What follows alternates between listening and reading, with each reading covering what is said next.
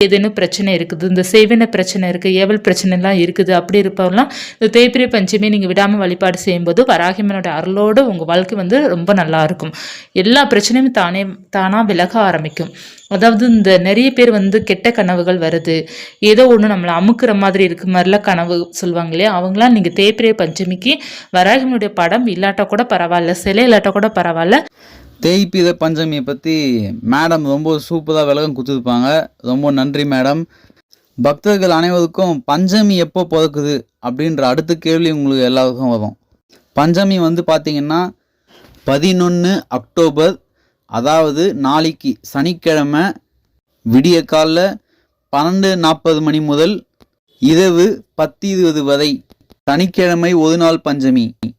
அதையொட்டி நாளை மாலை 5 மணி அளவில் திரிஸ்தலத்தில் பஞ்சமி யாகம் நடைபெற உள்ளது. பக்தர்கள் அனைவரும் கலந்து கொள்வோம். நமோ வாராகி.